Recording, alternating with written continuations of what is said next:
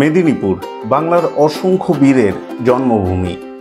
বাংলার তথা ভারতবর্ষের ইতিহাসের অনেক দিকপালরা এই মাটিতেই জন্মেছিলেন। এই পবিত্র মেদিনী জুড়ে রয়েছে প্রকৃতি আর ঐতিহ্যের এক অপূর্ব মিশেল। একদিনে সেই মেদিনীপুরকে খুঁজে ফেলা অসম্ভব, তাই মেদিনীপুরের কিছু বাছাই করা গন্তব্য নিয়ে তৈরি এই ভিডিও। আসুন দীঘা মন্দারমণির বাইরে এক অন্য মেদিনীপুরকে খুঁজে দেখি। বর্ষার এক সকালে বেরিয়ে পড়লাম মেদিনীপুর শহরের উদ্দেশ্যে। এই শহর বর্তমানে পশ্চিম মেদিনীপুর জেলার অন্তর্গত। মেদিনীপুর শহর থেকে প্রায় 15 কিলোমিটার দূরে অবস্থিত একটি ছোট্ট গ্রাম পাথরা। ছোট বড় অজস্র মন্দিরের উপস্থিতির জন্যে এই জনপদকে অনেকে বলেন মন্দিরময় পাথরা। কংসাবতী নদী তীরে অবস্থিত এই জনপদে প্রবেশ করতেই দেখা যায় রাস্তার দুধারের মন্দিররাজির অবস্থান। এখানকার মন্দিরগুলি মূলত 3টি ভাগে বিভক্ত: নবরত্ন মন্দিররাজি, কালাচাঁদ মন্দিররাজি এবং রাসমঞ্চ মন্দিররাজি। উঁচু রাস্তার ডান দিকে অবস্থিত নবরত্ন মন্দিররাজি। এই কমপ্লেক্সের মূল মন্দির এই সুবিশাল নবরত্ন মন্দির। মন্দিরের দেয়ালে কিছু টেরাকোটার অলঙ্করণ দেখতে পাওয়া যায়। এই মন্দিরের একপাশে সমতল ছাদ বিশিষ্ট আরও কয়েকটি মন্দির অবস্থিত। এই মন্দিরগুলির নির্মাণের নেপথ্যে স্থানীয় মজুমদার পরিবার। জনমতে এনারা আগে ঘোষাল ছিলেন। পূর্ব দিকে এই মাঠের দিকের মন্দিরগুলি কালাচাঁদ মন্দিররাজির অংশ। এখানে রয়েছে কয়েকটি আটচালা শিব মন্দির, কয়েকটি পঞ্চরত্ন শৈলীর শিব মন্দির আর রাস্তার ধারে একটি সমতল ছাদ বিশিষ্ট মন্দির। মন্দির কমপ্লেক্সের অদূরে একটি দুর্গা মন্দির দেখা যায়। সব মন্দির যেখানে ইট এবং টেরাকোটায় সজ্জিত, সেখানে এই মন্দিরের নির্মাণে ল্যাটেরাইট পাথরের ব্যবহার চোখে পড়ে। এই দুই কমপ্লেক্সের বাইরে দুটি আলাদা মন্দির অবস্থিত। তার মধ্যে একটি এই কাঁসাই নদী তীরের ধর্মরাজ মন্দির।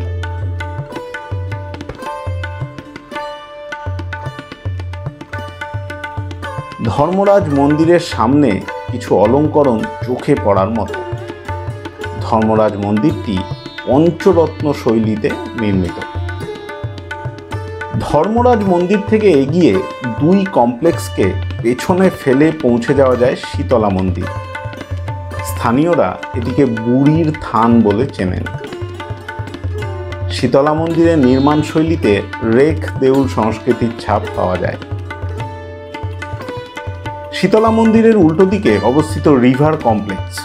এখানে বসে কংসাবতী নদীর শোভা উপভোগ করা যায়। প্রতিদিন বিকেলবেলা এটি জনসাধারণের জন্য খোলা থাকে।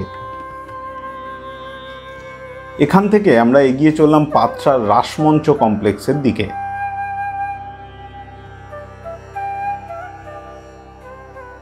বন্দ্যোপাধ্যায় পরিবারের তৈরি এখানে 3টি পঞ্চরত্ন শৈলীর মন্দির রয়েছে। প্রায় 4 ফুট উঁচু ভিত্তিবেদির ওপর নির্মিত এই মন্দিরগুলি ত্রিখিলান বিশিষ্ট। ত্রিখিলানের ওপর এবং মন্দিরগুলির দেয়ালে কিছু টেরাকোটার অলঙ্করণ মুগ্ধ করে, তবে সিংহভাগ অলঙ্করণ ভগ্নাবশেষে পরিণত।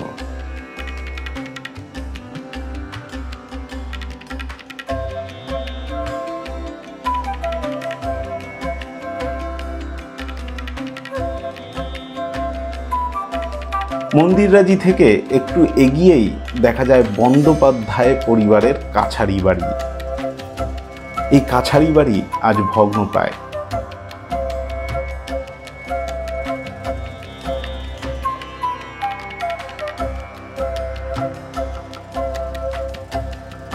কাছারি বাড়িটির অন্দরমহলে প্রবেশ করলেই ছোঁয়া মেলে সেই ফেলে আসা সময়। এই কাছারি বাড়িটিতে দেখতে পাওয়া গেল একটি সুড়ঙ্গ।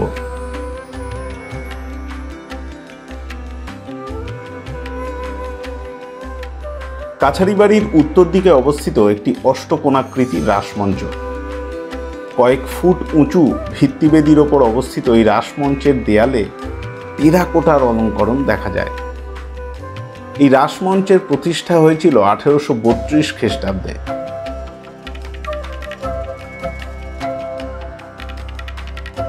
পাথরার সমস্ত মন্দিরের সংরক্ষণের পেছনে অবদান রয়েছে ইয়াসিন পাঠান মহাশয়ের। ধর্মের ঊর্ধ্বে উঠে তার এই প্রচেষ্টাকে আমি কুর্নিশ জানাই। পাথরা আসার সেরা উপায় মেদিনীপুর টাউন স্টেশনে নেমে বাসে চেপে আসা। এছাড়াও মাধপুর স্টেশনে এসে টোটো রিজার্ভ করেও আসা যায়। এরপর পাথরাকে বিদায় জানিয়ে চললাম আমার মেদিনীপুরে থাকার ঠিকানা অপূর্ব ভিলেজ রিসর্টে। নানান রকমের বিরল প্রজাতির গাছ, জলাশয়, ফুল ও ফল দিয়ে সাজানো এই সুন্দর বাগানবাড়ি। রয়েছে আধুনিক সুযোগ সুবিধাযুক্ত থাকার সুব্যবস্থা। মধ্যাহ্নভোজ সেরে আমরা বেরিয়ে পড়লাম পশ্চিম মেদিনীপুরের সুদীর্ঘ বনাঞ্চলের শোভা দেখতে। আমাদের গন্তব্য ভাদুতলার জঙ্গল। এই বনাঞ্চলে মূলত শাল গাছের প্রাচুর্য চোখে পড়ে। পুরনো বাংলা সাহিত্যের পাতা থেকে উঠে আসা এই গ্রামগুলির সৌন্দর্য মনে রাখার মতো। অনেকক্ষণ জঙ্গলের রাস্তা দিয়ে ঘোরাঘুরি করে আমরা চলে এলাম ছোট্ট রেল স্টেশন ভাদুতলা। কিছুক্ষণ জঙ্গলমহল ভাদুতলায় সময় কাটিয়ে ফিরে গেলাম রিসর্টে। পরদিন সকালে ঘুরে বেরিয়ে দেখলাম অপূর্ব রিসর্টের চারপাশটা। রাস্তার এক পাশে খাল আর অন্য পাশে ধানের ক্ষেত। এই অসামান্য দৃশ্য বোধহয় শুধুমাত্র গ্রামেই দেখা যায়। ব্রেকফাস্ট সেরে দ্বিতীয় দিনের শুরুতেই চললাম মহবনী। মহবনী বাংলার এমন এক বীর শহীদের জন্মস্থান, যিনি মাত্র 19 বছর বয়সে দেশের জন্য মৃত্যুবরণ করেন। হ্যাঁ, ক্ষুদিরাম বসু। ব্রিটিশদের বিরুদ্ধে স্বাধীনতার লড়াইয়ে তার এই আত্মত্যাগ আমাদের ইতিহাসে চিরস্মরণীয় হয়ে থাকবে। আজ তার এই জন্মভিটেতে গড়ে উঠেছে তার প্রতিমূর্তি। নবীনদের অনুপ্রেরণা ছিলেন তিনি, তাই এই জায়গায় তৈরি হয়েছে ব্যায়ামশালা। কিছুক্ষণ এখানে কাটিয়ে চললাম আমাদের পরের গন্তব্য নারাজলের উদ্দেশ্যে।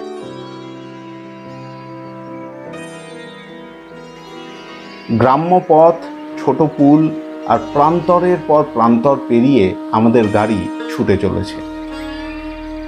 কোথাও দিক ঠাহর করতে না পারা, আবার কোথাও রাস্তা খারাপ, এই নিয়েই পৌঁছলাম নারাজল।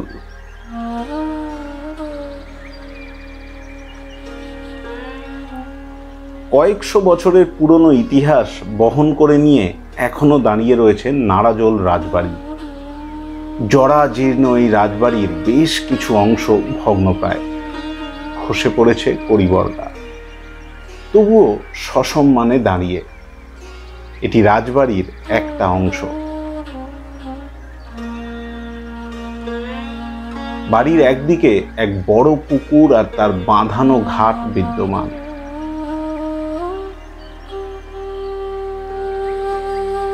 রাজবাড়ির আরেক দিকে রয়েছে নেতাজি সুভাষচন্দ্র বসুর প্রতিমূর্তি। ওনার পদধূলি এই বাড়িতে 1938 সালের মে মাসে পড়েছিল। এই প্রতিমূর্তির মাধ্যমে তার শুভাগমনকে চিহ্নিত করা হয়েছে। রাজবাড়ির অন্দরমহলের পথ এই সুবিশাল প্রবেশ দুয়ারের বিপরীত রাস্তায়।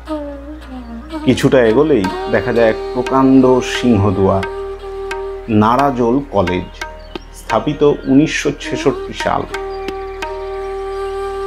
নারাজল কলেজের এই বিল্ডিং এখন প্রায় ভগ্নাবশেষে পরিণত।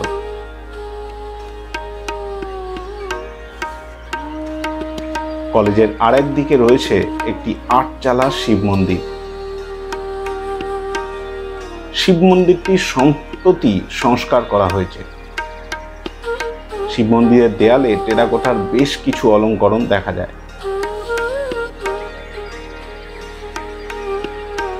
এই মন্দিরের উল্টো দিকে অবস্থিত দুর্গা মন্দির।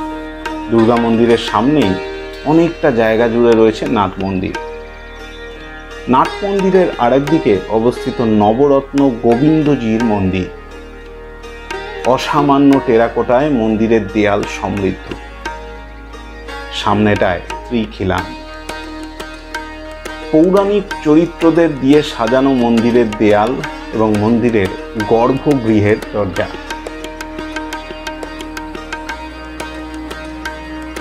কয়েকশো বছরের ইতিহাস নিয়ে আজও স্বমহিমায় দাঁড়িয়ে এই রাজপ্রাসাদ।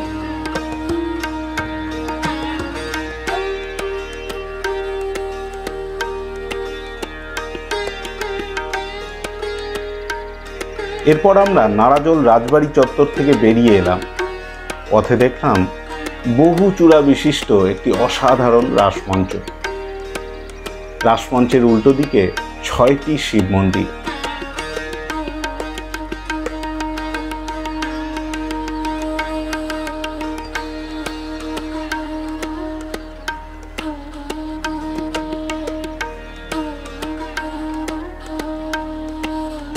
চোখে পড়ল একটি সুবিশাল রথ। নারাজল থেকে গ্রাম্য পথ ধরে আমরা এগিয়ে চললাম মেদিনীপুরের বিখ্যাত জনপদ ক্ষীরপাই। ক্ষীরপাইয়ের এক বিখ্যাত মিষ্টান্ন বাবরশা। স্থানীয় লোকেদের জিজ্ঞেস করে জানতে পারলাম ক্ষীরপাইয়ের জনপ্রিয় মিষ্টির দোকান সন্ধ্যাশ্রীর কথা। তবে এখানে দেখা মিলল না বাবরশার। মিষ্টি দই খেয়েই ফিরে আসতে হলো। তবে মিষ্টি দইয়ের স্বাদও ভারী সুন্দর। ক্ষীরপাই থেকে আমরা চললাম আমাদের অন্তিম গন্তব্য বীরসিংহ গ্রামের দিকে। এ গ্রামের নাম শুনলেই সেই মানুষটির কথা মনে পড়ে যার জন্যে এ গ্রাম আজ অসামান্য হয়ে উঠেছে। বিদ্যার সাগর তুমি বিখ্যাত ভারতে, করুণার সিন্ধু তুমি সেই জানে মনে। এভাবে ঈশ্বরচন্দ্রের বর্ণনা করেছিলেন কবি মধুসূদন দত্ত। ঈশ্বরচন্দ্রের জন্মের প্রায় 200 বছর পরেও তার স্মৃতি ছড়িয়ে রয়েছে সারা গ্রাম জুড়ে। তার পৈতৃক ভিটে নতুন করে সেজে উঠেছে। রয়েছে মাইলস্টোনের মাধ্যমে চিহ্নিত তার জীবনের সমস্ত উল্লেখযোগ্য ঘটনাগুলি।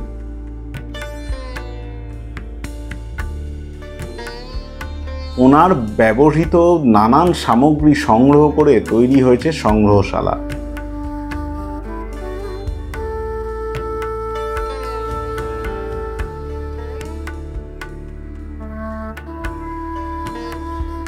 ওনার জীবনের ঘটনাগুলির সংক্ষিপ্ত বিবরণ রয়েছে পুরো দেওয়াল জুড়ে। ওনার ব্যবহৃত বাঁধানো দাঁত আজও সযত্নে রাখা।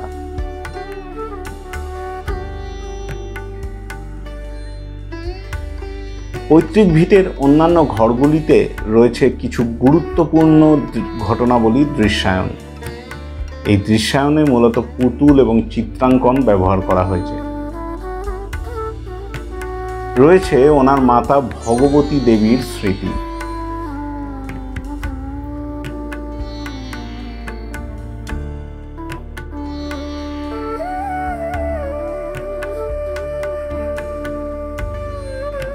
পৈতৃক ভিটের আশেপাশে রয়েছে ঈশ্বরচন্দ্রের প্রথম পাঠশালা।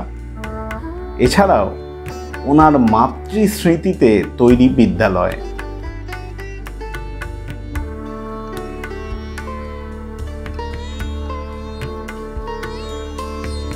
রাজ্যের হেরিটেজ বিভাগের উদ্যোগে সেজে উঠেছে এক অসাধারণ সংগ্রহশালা।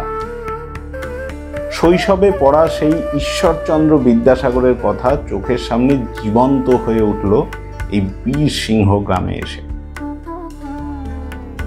এবার মেদিনীপুরকে বিদায় জানানোর পালা। বিদায় জানিয়ে ঘাটাল হয়ে আমরা বাড়ি ফিরে চললাম।